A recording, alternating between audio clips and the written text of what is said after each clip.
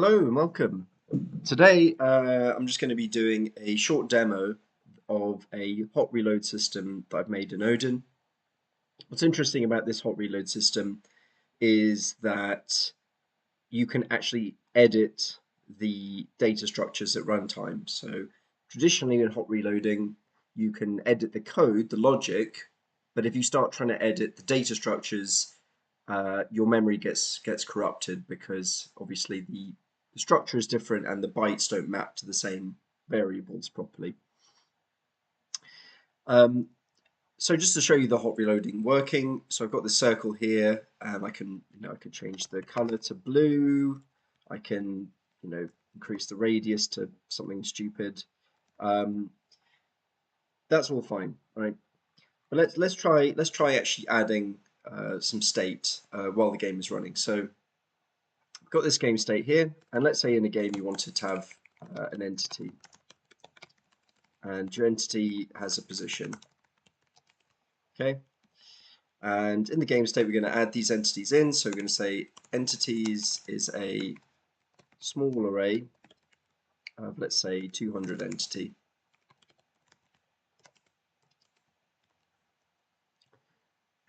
And then let's just write something to draw them. So we'll say for entity in, let's say, slice state entities. I'm going to draw a circle at the entity's position. So entity.position. We'll make this a bit smaller, so maybe 30. So you can see as soon as we save that, it goes away, but that's because we haven't actually set any default state for these entities. So I've got this little function here that sets that up. So we'll say for entity, or for I in, let's say, 10. We'll just do, in fact, we want to, entities. So we're just going to add new entity for every I in 10, and we're going to make them form a line. So position is going to be equal to floating point value of I times, let's say, the radius, which would be about the diameter, should be about 60. And let's put them at 200, like that. Let's put a bit of padding as well. So another 60 there. And then if we hit tab, which will reset them, they look like this. So we can do that, can add a little bit of padding here, so maybe 70. Okay, so that's good enough.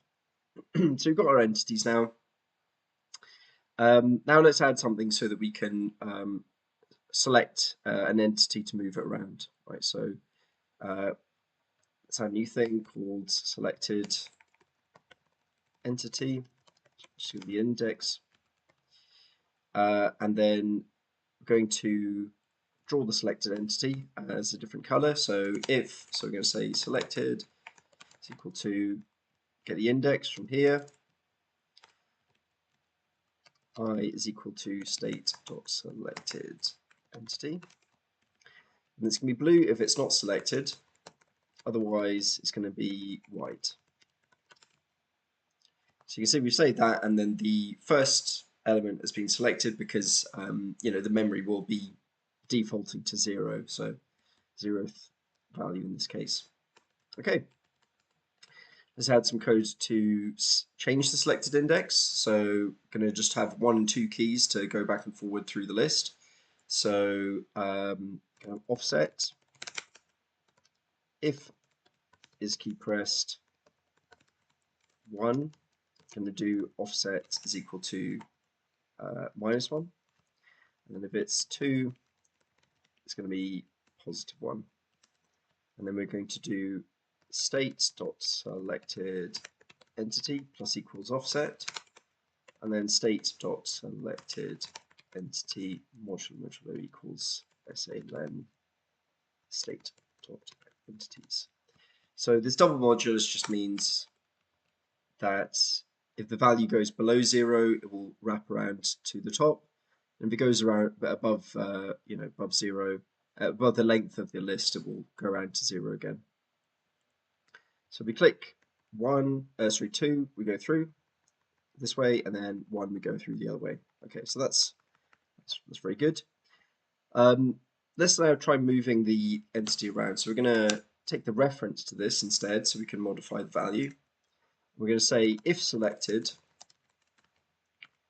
entity dot position plus equals movement. This is just a movement direction function that I've made, times get frame time, so the delta time, times like 400 is the speed. So we've done that. Now we can move the selected guy around. Just put these in some random positions just to sort of show that we're actually reloading the the memory that we had before, basically. Okay, so that's all well and good. Let's try adding maybe just a direction, like a facing, so the character can sort of turn to look at the mouse. So I'll have a facing variable, and we'll say that the if selected entity dot facing is equal to the direction of the basically the direction to the mouse position from the entity's position. So just do this and that will do that. And then we want to draw that facing, so we'll say I'll draw line V from the position to the position plus the facing